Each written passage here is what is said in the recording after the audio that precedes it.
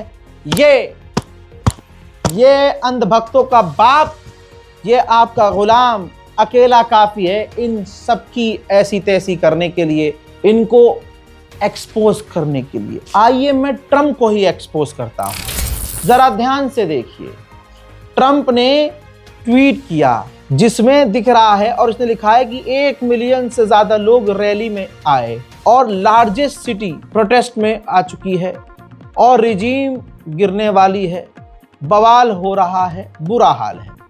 हजरात, ये video share किया गया है इसके द्वारा, ध्यान से देखिए। और ये वीडियो कौन सा है, ये कौन सी फुटेज है, मैं आपको दिखाता हूं। देखिए, जब मुहर्रम होता है, ठीक है, तो मुहर्रम में बहुत क्राउड करबला में पहुंचता है, ईरान में पहुंचता है, ईरान का क्राउड होता है, करबला का क्राउड होता है, तो वहां से वो ड्रोन तस्वीरें ली जाती हैं। 2 महीना 8 दिन इराक में इसी तरह से भीड़ होती है। मैं आपको बता दूं, ये भीड़ वही है, सबने काले कपड़े पहने हैं, अलग एंगल से जिसमें रोज़ा नज़र नहीं आ रहा है। हजरात, इसी तरह की ये भीड़ जो करबला वाली भीड़ है, जो मुहर्रम वाली भीड़ है, उनका इसने फ़ोटो और वीडियो एडिट करवाया। भाई, अमेरिका है, AI का सबसे ज़्यादा इस्तेमाल हो रहा है। उस भीड़ को इन्होंने प्रदर्शनकारी बता दिया। हजरात, ये बात सच है कि प्रदर्शनकारियों ने पूरे ईरान का बेड़ा गर्क किया हुआ है, लेकिन डोनाल्ड ट्रंप तक, एक अमेरिका का राष्ट्रपति तक फेक वीडियो और AI से कन्वर्टेड वीडियो शेयर करके पूरी दुनिया को बेवकूफ बना रहा है। हजरात, अभी ये परसों तक कह रहे थे अमेरिकी और इजरायली के आयतुल्ला जो है रशिया भाग गए हैं।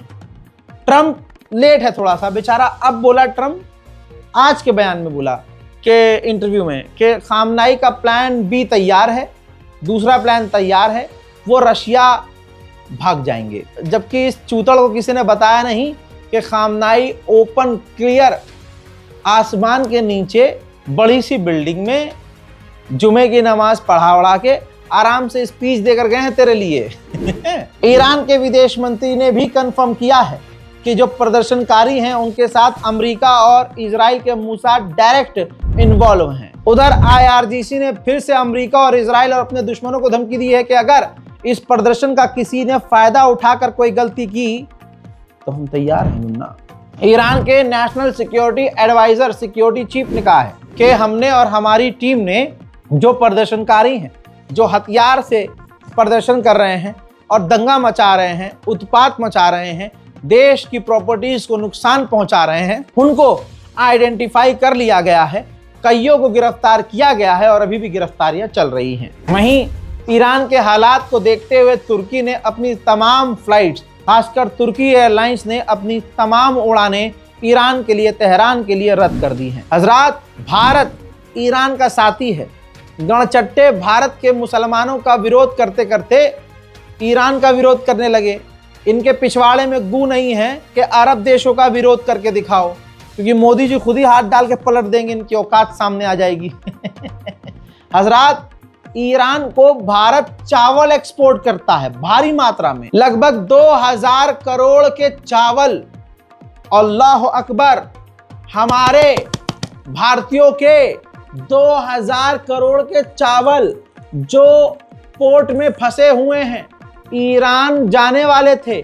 इस प्रदर्शन की वजह से भारत को, अपने को नुकसान ये पहुंच रहा है कि हमारा वो चावल का स्टॉक 2000 करोड़ का फंस गया है। उधर खामनाई की तरफ से बड़ा अपडेट है। कहा यह जा रहा है कि ईरान के supreme leader Ayatollah Syed Ali खामनाई ने अपनी IRGC को अब रेड अलर्ट पर डाल दिया है।